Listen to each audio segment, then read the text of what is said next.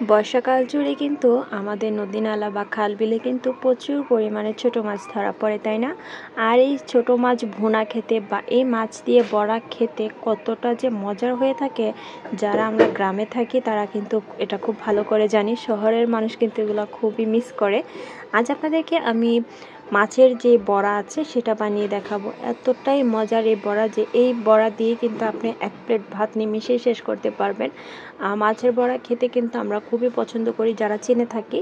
তো আজকে সেই রেসিপিটি আপনাদেরকে খুব সহজভাবে করে দেখাবো।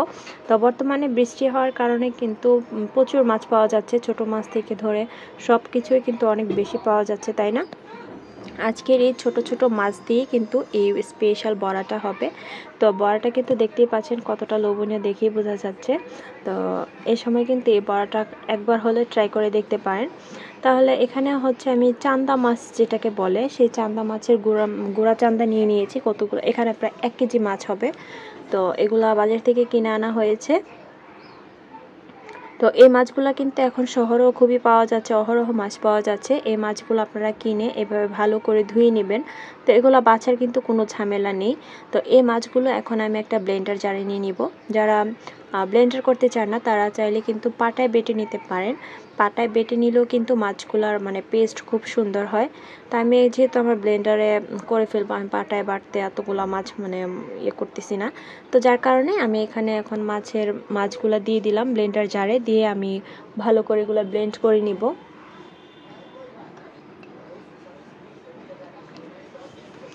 তো এই তো আমি এখন সবগুলা মাছ একসাথে করে নিচ্ছি। নেওয়ার পরে এখন এই তো দেখতে পাচ্ছেন মাছগুলো আমি কিভাবে পেস্ট করে নিয়েছি। তো পেস্টটা ঠিক এরকম হয়েছে।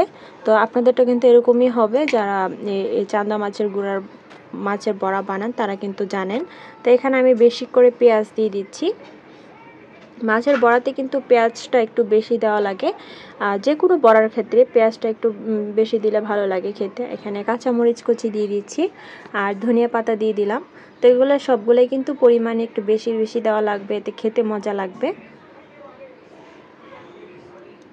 এখন এগুলো দেওয়ার পরে আমি লবণ দিয়ে দিব স্বাদ মতো। আর হলুদের গুঁড়া, এখানে হলুদের গুঁড়া, মরিচের গুঁড়া, ধনিয়ার গুঁড়া সবগুলোই 1 চা চামচ করে দিয়ে দিব। মানে গুঁড়া মশলাগুলো এত বেশি না দিলেও চলে। আর এখানে একটু রসুন পেস্ট দিয়ে দিলাম। দিয়ে এখন ভালো করে এটা আমি মেখে নেব হাত দিয়ে। আর 1 চা চামচ জিরা গুঁড়া দিয়ে দিয়েছি। আর একদমই ভয় পাওয়ার কোনো কারণ নেই, এখানে কোনো কাঁটা নেই। আপনারা খুব সহজে এটা ভালো করে মেখে নিতে পারবেন, কারণ ব্লেন্ডার একদম কাঁটা সহ ব্লেন্ড হয়ে গিয়েছে।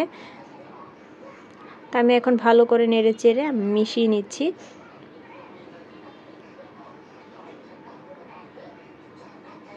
তো আমি অনেক দিন পরে বড়াটা বানিয়েছি, অনেক দিন ধরে খাবো খাবো ভাবতেছিলাম। তো যাক, বাজারে মাছটা পাওয়া গিয়েছে, যার কারণে নিয়ে আসা হয়েছে। তো যেদিন এনেছি সেদিনই কিন্তু বড়াগুলা বানানোর চেষ্টা করেছি একদম তাজা খাওয়ার জন্য।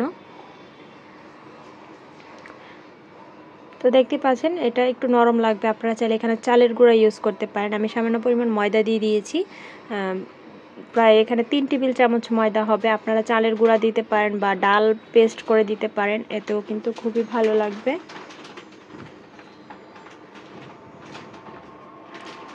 তো এই তো দেখতে পাচ্ছেন আমার কিন্তু মেশানোটা হয়ে গিয়েছে। এই যে এভাবে করে জাস্ট তেলে ছেড়ে দিলেই হবে।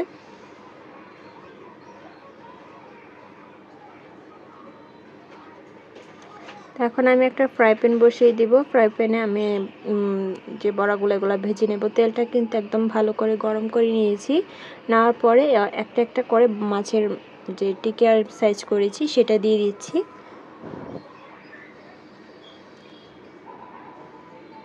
তো জালটা কিন্তু একদম লো করে দিতে হবে, না হয় কিন্তু মাছের যে পেস্টটা সেটা পুড়ে যাবে, তখন বড়াগুলা খেতে কিন্তু তেতো লাগবে আর ভিতরে কাঁচা থেকে যাবে। আমার এই মুহূর্তে কিন্তু চুলার জালটা একদমই লো করাই।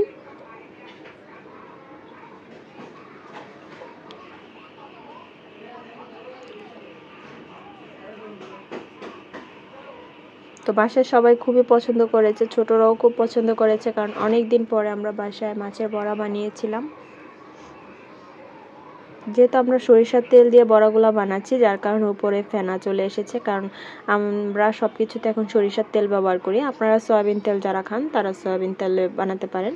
তো এই তো মাছগুলো আমি একটু উল্টিয়ে দিচ্ছি।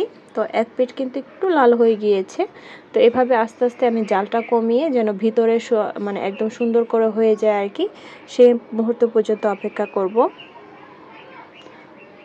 আর বড়াগুলোকে একটু চেপে চেপে দিতে হবে, না হয় কিন্তু ভিতরে কাঁচার ভাবটা থাকবে। একটু চেপে দিলে হবে কি ভিতরের জিনিসগুলো একটু কুক হবে।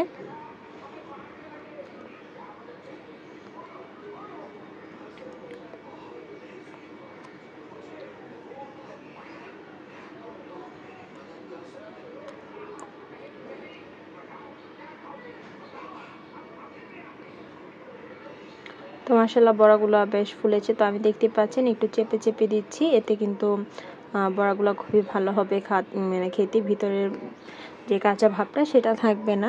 আপনারা চাইলে কিন্তু এই রেসিপিটা ফলো করে বাসায় মাছের বড়া বানাতে পারেন।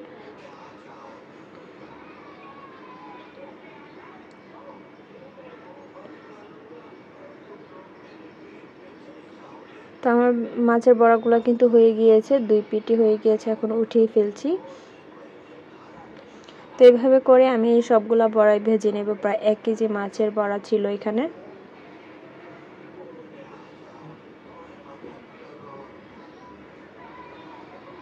তো কার কাছে রেসিপিটা কেমন লাগলো অবশ্যই কিন্তু কমেন্ট করে জানাতে ভুলবেন না। আর আপনারা আরও নতুন নতুন কী ভিডিও চান আমাদের কাছে অবশ্যই কমেন্ট করতে ভুলবেন না।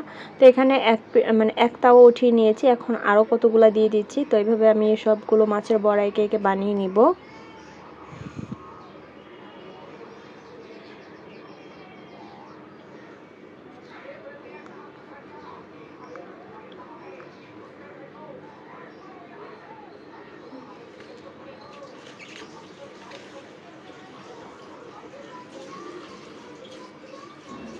তো এইভাবে করে আমি প্রতিটা বড়াই এখানে দিয়ে দিচ্ছি।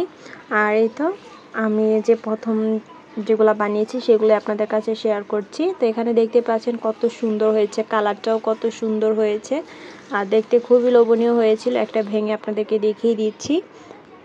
অবশ্যই কিন্তু বাসায় এই টাইমে মানে মাছগুলো কিনে বড়াটা বানানোর চেষ্টা করবেন, তারপর খেয়ে আমাকে রিভিউটা দিবেন যে কেমন হয়েছে। তো খুবই মজার একটা বড়া। তা আজ এই পর্যন্তই। সবাই ভালো থাকবেন, সুস্থ থাকবেন। আল্লাহ হাফিজ, আসসালামু আলাইকুম।